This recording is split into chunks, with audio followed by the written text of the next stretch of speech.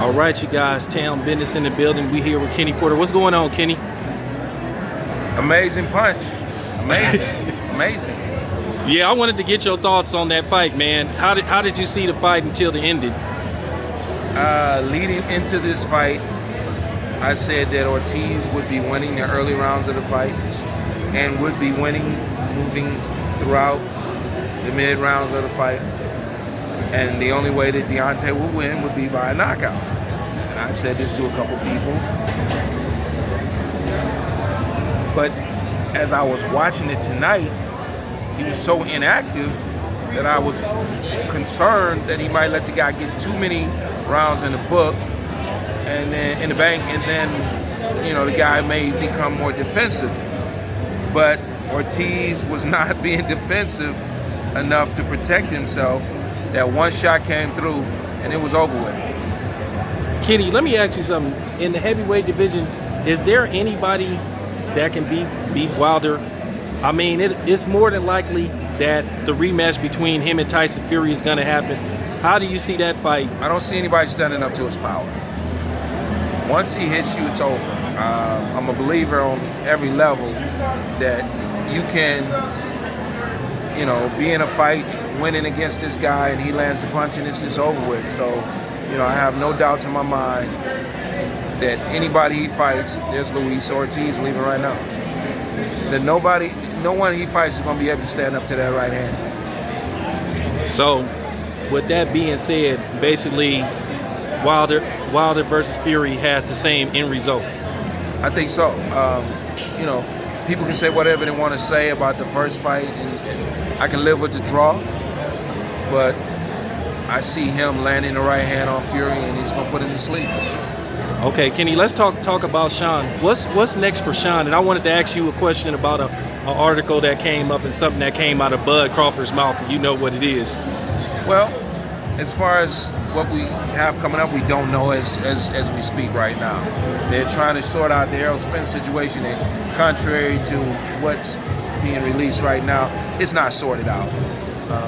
You know, we praying for his health, that he's healthy, number one, and, you know, the boxing is second. If he's able to get into that again, you know, then we'll deal with that part of it. But they're not giving us any information of what they're going to do for us. Shawn is ranked number one, but for whatever the reasons, the number two guy is the guy that's going to get the fight with them, or at least that's the way it appears, which would be Danny Garcia. So for us right now, we've been training over a month, and we want to be going by March. So we'll wait and see who they offer to us. You know, there's names out there like a Pacquiao. There's names out there, Mikey Garcia. Of course, there is a rematch with Keith Thurman that could possibly be, although he's out with an injury. We don't know what they got for us, but we'll be ready for whatever that is. And, you know, as far as, you know, the other 147-pound world champion, Bud Crawford, you know, we'd be willing, able, and interested in that fight as well. Okay, Bud issued a statement, Kenny. He said basically, well, Shawn is my friend. I've known him for a while. I've known Kenny for a while. He said the only way this fight happens is me and Shawn talk behind the scenes and we work something out and negotiate, just me and him. Well, is there any way that could happen? Because, if we can't get Bud versus Spence, Shawn versus Bud is a great, you know what I'm saying, you know, next up, whatever. I don't think that's happening next. I fully understand what Bud is talking about, because Shawn has expressed the same sentiments to me. They've known each other since they're 14 years old. They've been on national teams together. They've been on international teams together, on a Pan Am team together. And they've just known each other for such a long time that they feel that the relationship they have warrants them being able to sit down and discuss it with themselves as businessmen. I respect and appreciate that from both guys. So whenever that time comes that those guys decide that they should be sitting down and discuss this, I'm quite sure that I will be in on the discussion at some point in time. But I don't see that happening in the next fight. But it does make a lot of sense what he's saying, because these guys should be in control of their careers. They should be the guys that sit down and say, hey, you know what? Let's make a fight, and let's make it on our terms, and let's make it, financially advantageous to ourselves and not to the other people around. Yeah, I wanted to also get your take. Danny Garcia seems like he isn't interested in fighting you and Shawn again. I mean, if something happens with Errol Spence, there was a rumor he might get the franchise, and then maybe Shawn and Danny may duke it out again. But Danny seems like he isn't interested in fighting Shawn again. How do you feel about that? Well, I hadn't heard anything about the franchise tag. This new franchise thing is all new to me. None of us understand it. Yeah, Canelo, Lomachenko and Canelo both have franchise tags. I believe that is. Right. So this is all new to me. I've never seen it before. I've never heard of it before.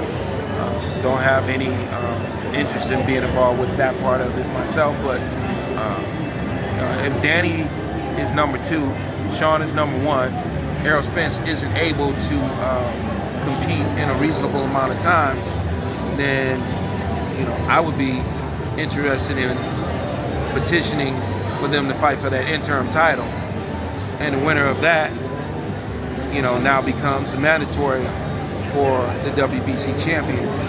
If this guy can't compete because of an injury, it only makes sense. They only need to look at the number 1 or the number 2 guy, have them fight each other, and fight for a belt, and then fight the winner. The winner of that would become the mandatory for Errol Spence. So it only makes sense. If Danny's not interested in it, we can't twist his arm, but I'm sure he wants to be champion again. And if being champion again means going through us, then he's got to do what he's got to do. Okay, Kenny, one last question, because I know you in a rush. I got to ask you this question, this protocol. Floyd Mayweather said he may be coming back out of retirement to fight again. I feel like Floyd needs to let you guys have your time, and it feels like every time something big happens, somebody else is fighting, then here comes Floyd, trying to, what some people would say, steal the shine from guys like you. So I wanted to get your opinion on this Floyd Mayweather coming back. Do you think this is just another money grab, or just clout chasing, or just plain simple just jealousy amongst you guys? Because let's just face it. I don't think it's any of that. I think Floyd's a businessman. He's been a businessman for quite a while now, and he's been very good at doing business. You got a world championship fight, you got a pay-per-view fight, you make your announcement at the same time, you got all eyes on you. So it makes sense from that standpoint. But I don't see him wanting to fight a Shawn Porter or a Errol Spence. Maybe he would venture to try to fight Pacquiao again, something like that. But it's not a problem for us at all. We live right down the street from Floyd. We're on the same street as Floyd. It's not a problem. I think we're about a mile down on the right side. He's down on the left side. So we're on the same street, same zip code. It's easy. We all live here in Vegas. We can make that happen. More power to him, however he decides to go about doing business, because he's a great businessman. So I'm sure that whatever decisions he makes is based on what's best for him, and that's why he came out with his announcement. Kenny, real quick. All right, thank you, Kenny.